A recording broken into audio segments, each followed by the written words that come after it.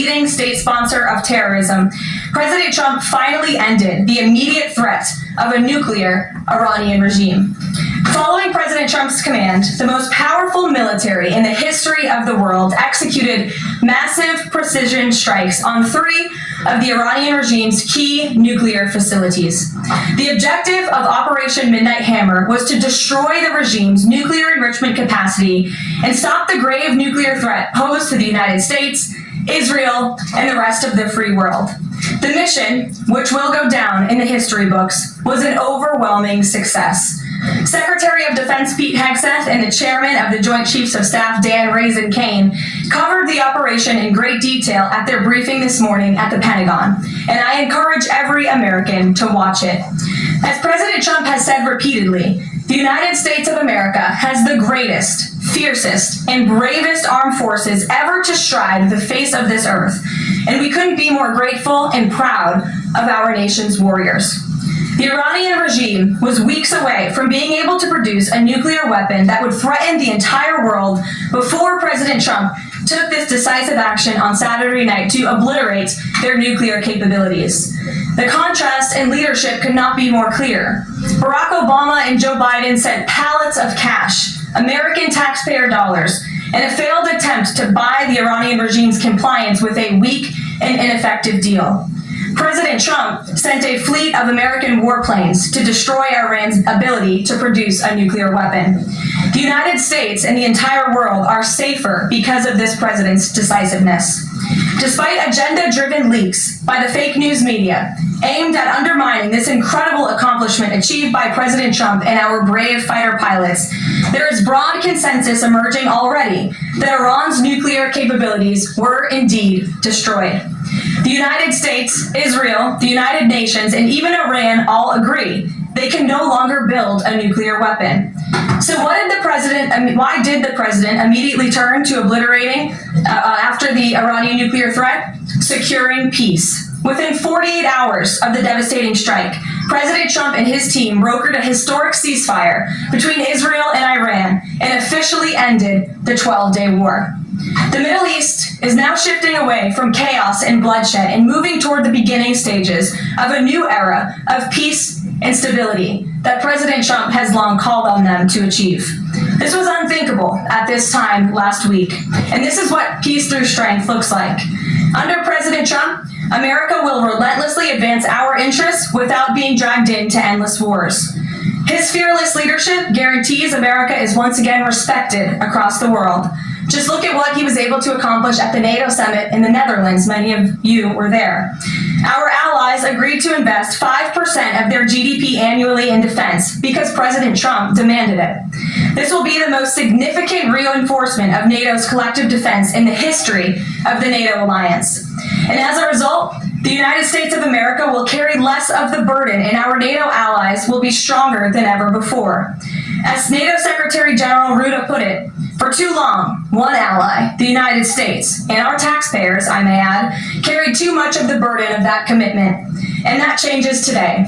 President Trump made this change possible. We will produce trillions more for our common defense to make us stronger and fairer by equalizing spending between America and our allies. This is the Trump effect. This is what the president meant when he declared that America is back. Now, back here at home, Americans are paying much cheaper prices for gasoline this summer, as both the Wall Street Journal and the New York Times pointed out today. Here's how the Wall Street Journal put it. Hitting the road this summer won't bring as much of a big hit to your wallet. The national average for a gallon of regular gasoline is about 23 cents cheaper than this time last year. Analysts say plentiful supply is expected to keep prices down in the coming months. These are the cheapest gas prices at this point of the summer since 2021. And despite all the doom casting from liberal pundits, oil prices on Tuesday were lower than before the Israel-Iran conflict began. As President Trump continues to unleash American energy, our country will have even more efficient, reliable, and affordable energy to protect our national security and fuel our people. Later this afternoon, afternoon here at the White House, the president will host a One Big Beautiful event in the East Room to rally Republicans to get the One Big Beautiful bill across the finish line. At that event, he will be joined by everyday Americans from across the country who will massively benefit from the common sense policies and provisions within this bill. This is the largest tax cut for working and middle-class Americans in history, and it's going to put more money into the pockets of hardworking Americans. Families will see an average increase in take-home pay of more than $10,000 per year. Americans earning between $30,000 and $80,000 per year will see a 15% tax cut. Overtime and tipped workers will save thousands of dollars annually, and our amazing seniors will receive historic financial relief by reducing the tax burden on their Social Security benefits. Simply put, this bill is going to unlock the golden age of America. And we look forward to continuing to work with the Senate and the House to see this bill on the president's desk for signature by Independence Day. Here in our new media seat today, we have Colin Anderson with the Washington Free Beacon, who will kick off our question and answer. Colin, go ahead. Thank you, Karoline. We reported yesterday on a briefing from the Israeli defense minister in which she said the U.S. and Israel are working together to monitor any attempts from Iran to rebuild their nuclear program, and also that if Iran was to do so, the U.S. and Israel would work together to once again destroy that nuclear program. Is that aligned with the president's thinking? Look, the president, as I said in those opening remarks, Colin, and thanks for being with us today, views the Middle East on its way to peace and prosperity. And the president used strength on Saturday night. The whole world saw that the United States is indeed the most lethal fighting force in the world with those precision strikes on Saturday evening. But the president wants peace. He always has. And right now we're on a diplomatic path with Iran. The president and his team, namely Special Envoy Witkoff, continue to be in communication with the Iranians and especially our Gulf and Arab partners in the region to come to an agreement with Iran. As for our alliance with the State of Israel and that friendship and that partnership between the United States and the State of Israel, I would argue it has never been stronger. And we see a new era in which perhaps some of these Gulf and Arab states can sign on to the Abraham Accords. That was one of the president's most signature accomplishments in his first term, and he'd like to see more of those countries sign on in this second term. And so we look forward to sustaining a long and durable peace in the region, and the president wants to do that through a diplomatic solution. But as he proved on Saturday night, he's not afraid to use strength if we need to do it. Gabe. Thanks, Karoline. The president mentioned in a Truth Social post that no enriched uranium was moved from Fordo. What about the other two sites, Isfahan and Natanz? How could the president be so sure that no uranium was moved? Well, what I can assure you is that the United States and our intelligence agencies and Director Ratcliffe and the president's entire national security team were obviously watching these sites very closely in the weeks and the days leading up to the attack on Saturday, which I will add was one of the most secretive and successful operations in United States history. I think many of you in this room would agree with that because none of you in this room knew about the strike on Saturday until it took place. So we were watching closely, and there was no indication to the United States that any of that enriched uranium was moved prior to the strike. From any of the sites? Correct. And then one more thing, Caroline. Next week, the president mentioned that he talks with Iran. Didn't mention any details, and Iran has not confirmed them. Can you share any details about any potential talks next week? We don't have anything scheduled as of now, but I spoke to our Special Envoy Witkoff at length this morning, and I can assure all of you we continue to be in close communication with the Iranians and through our intermediaries as well, namely the Qataris, who have been an incredible ally and partner throughout this entire effort. And as I said, this administration is always focused on diplomacy and peace, and we want to ensure we can get to a place where Iran agrees to a non-enrichment civil nuclear program, and there are many other requests that the United States has. Those details continue to really, they're just starting. Of course, the operation was just on Saturday night, but we are in touch, and if there is a meeting, we will let you know, as we always do.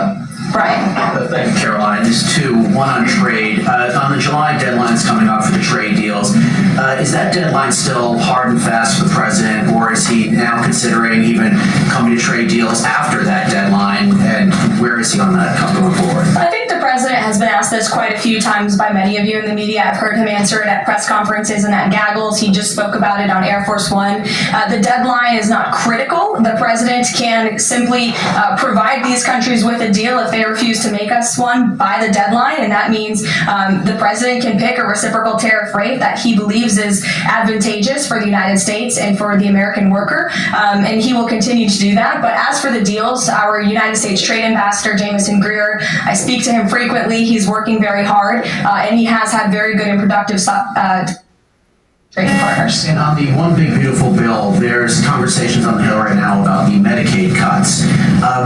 I'm curious if the final bill that the president's been talking about comes to him and it has Medicaid cuts in it, will he sign it, or would he rather just Congress do away with those cuts? I think our friends in both the Senate and the House know exactly where the president stands on Medicaid. He wants to get rid of the waste, fraud, and abuse, and they are working to do that in the Senate right now. Jennifer. Follow up on that, on the Big Beautiful Bill. Is there enough time for Congress to work through the issues it needs to work through? I'm saying, does the president need to move back his deadline a little bit? We expect that bill to be on the president's desk for signature by July 4th. I know that there was a ruling by the Senate parliamentarian this morning. Look, this is part of the process. This is part of the inner workings of the United States Senate, but the president is adamant about seeing this bill on his desk here at the White House by Independence Day. On Israel, is there a date set for the Prime Minister to visit the White House yet? Is he coming in a couple weeks? There isn't a date, but the Prime Minister has expressed interest in coming to the White House to meet with the president and come to Washington. The president is obviously very open to that, but we don't have a date. When we do, we'll let you all know. Kate. The president suggested he was open to sending more Patriot air defense missiles to Ukraine. Is that going to happen, and were there any other assurances that he made directly to Zelensky when they met?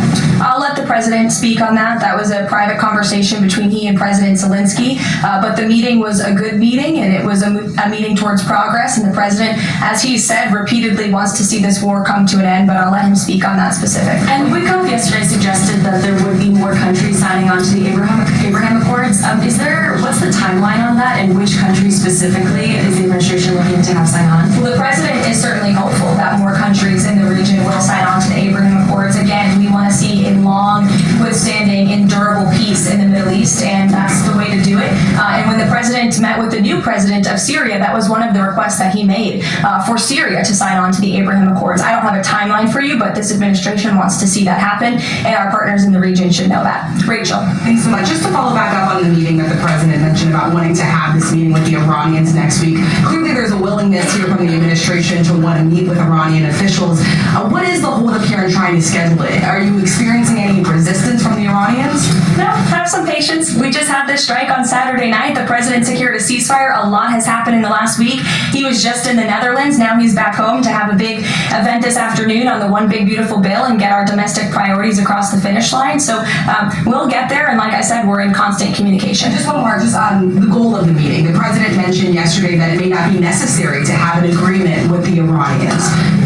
What is the purpose? What would be the goal of this meeting? Again, to continue moving forward towards a long-standing peace in the Middle East. Jordan. Yes, Karoline, thank you. So the president had some harsh words for both Israel and Iran on Tuesday as he was departing from the NATO summit after they both violated the ceasefire. He said, what's your response to Americans who are worried the peace isn't going to last and think that Israel's trying to plunge us into another endless war on their behalf? I think the fact that the president was able to successfully negotiate a ceasefire when nobody thought that was possible, it was a surprise to everyone in this room. It was a surprise to the world, but the president got it done because he wants to see peace in this world. He does not want the United States to be dragged into these conflicts. Again, he's not afraid to use strength if he has to, but the president has already proven he can put America first and deliver on peace at the same time. They're not mutually exclusive goals. And then one more. After Carrie Lake, she testified in the House Foreign Affairs Committee on the waste, fraud, and abuse and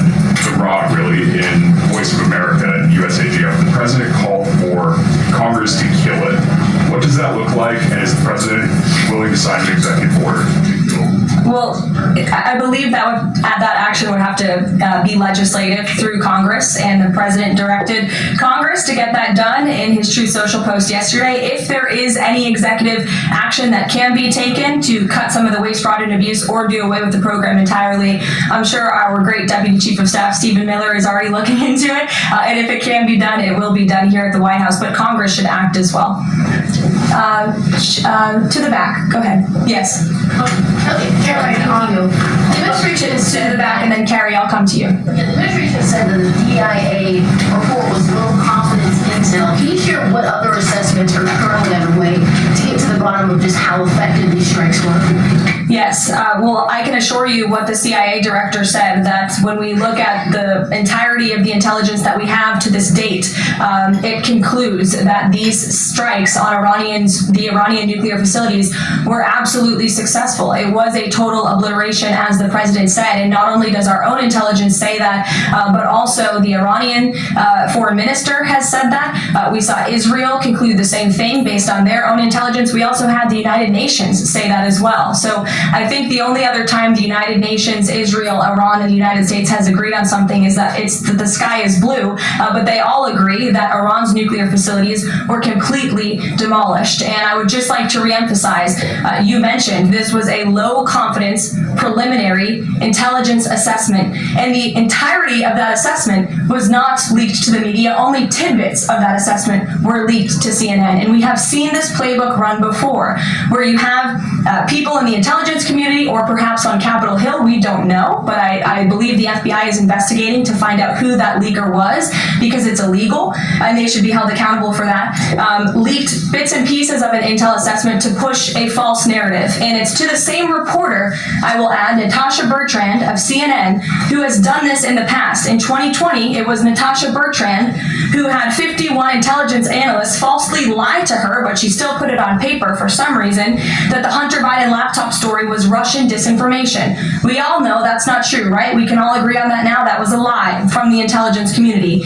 Also in 2020, this same reporter, Natasha Bertrand, wrote that a top intel agency ruled out the man-made lab leak theory of the coronavirus origins. Again, the president was right about that. This reporter wrote a lie from the intelligence community to seek a narrative she wanted to prove, and guess what? We now know that's the truth. Also, in 2024, Bertrand pushed the suckers and losers hoax. She also pushed the fine people hoax, which was taking the president's words purposely out of context. And then last October, and I believe this is notable, Natasha Bertrand published an article in Politico from the intelligence agency. She said that John Ratcliffe was speaking without any evidence when he said Iran was attempting to undermine President Trump's presidential campaign. And then we, of course, found out that was absolutely true. In fact, the Biden administration declassed an intel report which said they had high confidence that Iran had done exactly what Ratcliffe alleged. They did run an influence campaign to hurt President Trump's candidacy. In fact, we know the Iranians tried to take President Trump's life. And so this is a reporter who has been unfortunately used by people who dislike Donald Trump in this government to push fake and false narratives. She should be ashamed of herself. And that's not what reporting is. Journalism is trying to find the facts and the truth. And this week we saw this same reporter being used to push a fake narrative to try to undermine the President of the United States, and more importantly, the brave fighter pilots who conducted one of the most successful operations in United States history. And I think the American people fully know that this operation was a complete and total success. Elizabeth. Thank you, Karoline. The Miami Herald recently published a story saying the Trump administration was targeting migrant foster children. The Trump administration has denounced this as false. Could you clarify the Trump administration's position on protecting migrant children, particularly the 300,000 lost under the Biden administration? Yes, I saw that Miami Herald article yesterday, and I was aghast at the headline. It's egregious to accuse this administration of trying to target foster children. That is not at all what is happening at the Department of Homeland Security. And I learned that the Department of Homeland Security actually tried to work in good faith with this reporter to get this story right, to explain that this administration is trying to protect foster children. We are trying to keep children out of harm's way, even if that means their parents are not law-abiding citizens. We want to protect children, unlike the previous administration, which allowed children to be trafficked and raped, and in some cases killed because of the open border policies. Unfortunately, the Miami Herald just completely degraded themselves with this report, despite having a full list of facts from the Department of Homeland Security. It's another example of fake news. And the May border numbers speak for themselves. Not a single illegal alien was allowed into this country because of this administration's border policies in the month of May. That means not a single child was allowed into this country, possibly with human smugglers or human traffickers. And we know that was happening at the rate of thousands and thousands of children every single month in the previous administration for 4 years. And you didn't see any reporting of that from the Miami Herald, but now they're trying to accuse this administration. And we tried to give them the facts and they refused to report them. So thank you for bringing that report to light. Aisha. Good to see you again. You too. I know you're looking for You're usually on the Hill. I know, I'm here today. I know you're looking for this leaker. Is it your belief, I know you said earlier you're not sure if it's on Capitol Hill or at the Pentagon, but is it your belief that it might be in Capitol Hill? And how confident are you that you'll find this leaker? Well, I'm not personally looking for the leaker. The FBI is looking for the leaker, so you'll have to ask them in the Department of Justice in terms of this investigation. But leaking top secret classified intelligence is a crime, and people need to be held accountable for that crime. And can I just ask you about how you're going to be limiting intel to Congress? What would you say to lawmakers who say they have oversight privileges, they need this information? This administration wants to ensure that classified intelligence is not ending up in irresponsible hands, and that people who have the privilege of viewing this top secret classified information are being responsible with it. And unfortunately, clearly, someone who had their hands on this, and it was a very few people, a very few number of people in our government who saw this report, that person was irresponsible with it, and we need to get to the bottom of it, and we need to strengthen that process to protect our national security and protect the American public. Mary Margaret, go ahead. Thank you, Karoline. Sure. You just laid out a lot of different stories about disinformation that Natasha Bertrand had pushed during her time at Politico and at CNN. Why would any member of the Trump administration leak anything to her? Well, again, as I just said, we're investigating who that leaker was. It could have been someone in the intelligence community, or it could have been someone on Capitol Hill who had access to this document. The FBI is searching for that person. Go ahead. Thanks, Caroline. The president was clearly it was done to undermine the president, to answer your question. And I'm sorry, I really wanted to follow up on that really quickly. Before the strikes on Iran, we saw a number of other leaks about Tulsi Gabbard, the vice president Vance. Is there an effort to divide the president's team when it comes to these leaks and which reporters they choose? I do believe there's an effort on the outside of this building to try to divide the president's team on the inside, and sometimes you have to look at these headlines and laugh, because I've been in meetings where I know these things are absolutely not true. And again, we do our best here, I believe, to try to push back and correct the record with all of you, but there is fake reporting. That's just the reality of this country, unfortunately. But I can assure you the president's team is strong, especially the national security team. Everyone is very proud of the president, of our commander-in-chief, and of our military for the successful operation that took place on Saturday night. Thanks, Caroline. The president was obviously very pleased with getting his NATO allies to increase defense spending. He's made the same demands of Asia-Pacific allies of the United States, including Australia, where I'm from. How does the NATO result impact negotiations with Asia-Pacific allies? Does it, strengthen the president's resolve to say, well, our NATO allies have done it, now you need to do it too? Yeah, I mean, look, if our allies in Europe and our NATO allies can do it, I think our allies and our friends in the Asia-Pacific region can do it as well. But as for our specific relations in those discussions, I'll let the president speak on those. And can I just ask as well, when he had to leave the G7 early, he missed out on a number of bilateral meetings that were scheduled with other world leaders, including the Prime Minister of Australia. Obviously, President Zelensky has managed to meet since then, but are there plans afoot to make up for those meetings with the world leaders that he missed out on? Yeah, I think many of those world leaders understood the situation happening in the Middle East and the urgency and the need for the president to get back to Washington to monitor that situation. And obviously that was the right call, considering the success of not only the operation on Saturday night, but also the ceasefire that the president has since brokered on behalf of not just our country, but the entire world, frankly. But he has made up a couple of those meetings, and he has had direct phone calls with some of those leaders he was supposed to meet with as well. Not all. Ed. Oh yeah, thanks, Caroline. So to clarify on trade, so what happens to the countries other than China on July 9th? That's a decision for the president to make, and I will let him make it. Okay, and secondly, so now that oil is just about upper $60 a barrel, when's the administration going to start refilling the Strategic Petroleum Reserve? That's again a decision for the president to make and our Secretary of Energy. There's no imminent plans to do that from what I understand. But as you have seen with the plummeting of oil prices in this country, it's because this president and our Department of Energy have really tapped into our resources here, and we have an increase of supply, unlike the previous administration that totally hampered our domestic energy efforts, but totally robbed and drained our Strategic Petroleum Reserve. So when the time is right, the president will make that decision. But right now, we are utilizing the resources that God blessed us with right here in our country to produce energy for our people. You know, one more if I could, on the One Big Beautiful Bill. Does the president believe the parliamentarian of the Senate should be removed? I haven't spoken to him about that, and I'll let him speak on it. However, again, he knows this is part of the process and the inner workings of the Senate, and he wants to see this bill done, and he remains very much engaged in these conversations and in this process with lawmakers in both the Senate and the House side, and the whole White House does as well. In the back, yes, Libby. Thank you, Caroline. Earlier today, the president stated that these photos out of Fordo that were showing nuclear materials being removed, suspected of showing that, were just concrete workers. What intelligence is that based upon? Look, the president shared that statement with all of you, and I already answered the question about whether uranium was moved prior to the strike, and the answer is no. Is there a chance that the DIA report becomes public at any point? I don't think this administration is going to get into the habit of sharing classified top secret information. Those classifications exist for a reason, and I wish everyone who had the privilege of looking at these documents would respect that. Daniel? Thank you, Caroline. You've been emphatic about the president's expectations for the One Big Beautiful Bill to hit that July 4th deadline. You had a big meeting on Capitol Hill yesterday with the Republican Study Committee.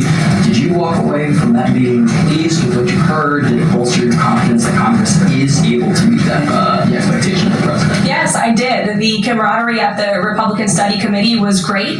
Members, expressed, their feelings about the bill, but as we saw, the bill passed through the House, despite many people believing it could not. So the House is ready to receive this bill back from the Senate so they can pass it and bring it to the president's desk. So it was a great meeting, and Republicans are very unified. And we also talked about the mayoral race in New York City and how the victory of the Democratic primary candidate really shows how far left and unhinged the Democrat Party has become. And Republicans truly are on the right side of every issue in this country. We are on the side of no men and women's sports, on the side of low taxes, secure borders. So that was the topic of discussion. And the unity was strong and the camaraderie was high. And I know everyone looks forward to being here at the White House for the bill signing next week. Sure. Thanks, Caroline. The Supreme Court ruled this morning that South Carolina is allowed to deem Planned Parenthood is not a qualified healthcare provider, and that will block it from receiving Medicaid funds. Does the White House have a statement on that ruling? And would the president support a standalone bill from Congress to defund Planned Parenthood at a federal level rather than letting each state determine it? I'll let the president speak on that legislative priority, but as for the Supreme Court ruling, the president has always maintained that Americans should not be forced to violate their conscience and their religious liberty by having their tax dollars fund abortions, and we're glad the Supreme Court ruled on that side today, or yesterday. Then on Iran, but on a domestic matter, in January, President Trump revoked security details for several former administrations, including Mike Pompeo, Mark Milley, and John Bolton. Given the heightened tensions with Iran right now, is he considering restoring those security details? That's not under consideration right now. Fran. If I could follow up on trade, and then I have a question about the bill as well. Are you saying at this point that there's no plans to extend that July 8th and July 9th deadline? I mean, especially with everything that's been going on from Iran to the tax bill on Capitol Hill, is that under consideration at all at this point? Perhaps it could be extended, but that's a decision for the president to make. And as far as the bill itself goes, since the president has been back, what what has he been doing beyond the event that he's having later today to try and get Wildly senators on board? Is he making phone calls, twisting arms? Is he having some people over to the White House? Can you tell us more about that? There have been meetings at the White House this week. I saw some senators rolling out of the Oval Office the other day, and the president remains on the phones talking to his friends in the Senate when necessary, and when they call, he picks up the phone. And I think that's why they greatly trust and respect his leadership. And we're having that big event later this afternoon at 4 o'clock. I would encourage you all to tune in. We're going to have some great everyday Americans who are in attendance. We'll have some tipped delivery drivers. I think we're going to have a barber from the great state of Arkansas here in attendance. We're going to have some law enforcement officers, some Border Patrol agents, and Tom Homan will be speaking as well. So the point of this event is to show the American people how this bill works for them and how there are provisions in this bill that will change their lives. Can you tell us which senators you saw rolling out of the Oval Office? I'll let the president speak on that if he wish. I don't share details about his private meetings without his permission. Emily, go ahead. Today, the Justice Department announced it was opening an investigation into employment discrimination at the University of California, alleging they have race and sex-based quotas. Federal law bars hiring somebody based on their race or sex, but you also object to universities working harder to make sure they have a diverse group of candidates to consider, and do you expect more investigations like this from DOJ? I have not seen that investigation from the Department of Justice, but I can certainly check in. What I can tell you, it's the position of this president that we want to restore a merit-based society and culture in the United States of America, where people are not hired nor are they promoted based on their color of their skin or their gender. The president wants people to be hired in the workforce because of their merit and their skill, and I think most Americans agree with that. I'll take one more. Carrie, because I promised you earlier. So the Ayatollah Khomeini came out and said that Iran will, quote, never surrender to the U.S. That being said, what remains to do with the possible responses from Iranian proxies in the region and even in the U.S.? Look, we saw the Ayatollah's video, and when you have a totalitarian regime, you have to save face. I think any common sense, open-minded person knows the truth about the precision strikes on Saturday night. They were wildly successful, and it's what led to the ceasefire agreement between Israel and Iran, which the president is very grateful for. And the United States of America remains prepared to defend our assets and our personnel in the region. And again, I would just emphasize the success of the strike that took place on Saturday night, and the world is a safer place because of it. Thanks, guys, for coming today, and you'll see the president at 4 o'clock.